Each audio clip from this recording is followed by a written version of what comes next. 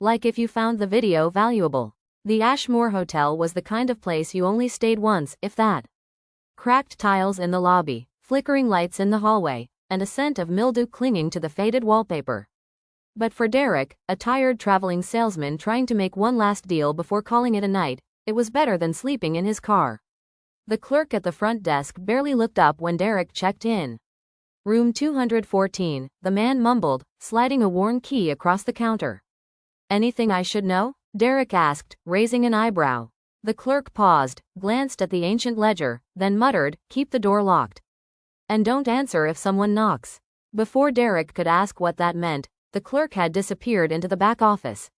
Room 214 was even worse than expected. The lamp buzzed when turned on, and the bed creaked with every shift of weight. But it was the adjoining door, the one bolted shut between his room and the next, that unsettled him most.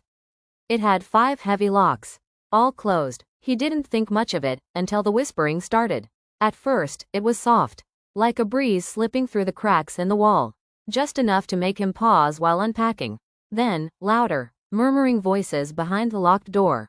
He leaned close. Derek. A whisper, clear, direct, calling his name. He staggered back. Nope, no, just tired. Too many hours on the road, he said aloud, trying to reason with himself. But the voices continued. Whispers, sometimes urgent, sometimes calm. Always from room 215.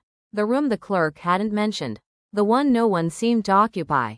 At 2:14 a.m., a loud thud shook the door. Derek leapt from bed. He pressed his ear to the adjoining wall again.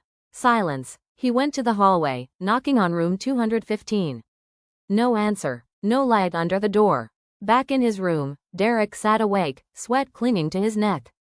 That's when the whisper came again, right beside his ear. Open the door, Derek. We need to talk. He spun around. No one. The adjoining door rattled. Something was trying to come through. He grabbed his suitcase, threw everything inside, and sprinted downstairs. The lobby was empty. He rang the bell furiously. The clerk emerged, eyes heavy with sleep but unsurprised. Room 214's not available anymore, Derek said, nearly shouting. Something's wrong in there. Someone's in the next room whispering my name. The clerk sighed. No one stayed in 215 for years. Then how the hell? There was a man, years back. A salesman too. Checked into 214. Went missing. Never left the room, far as we know.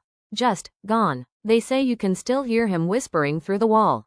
Sometimes, he calls out for company. Derek stared. The clerk offered a shrug. You stayed longer than most. Without another word, Derek stormed out into the night, never looking back. Behind him, the flickering neon sign of the Ashmore Hotel buzzed, and from an upstairs window, the faintest whisper trailed into the air. Derek.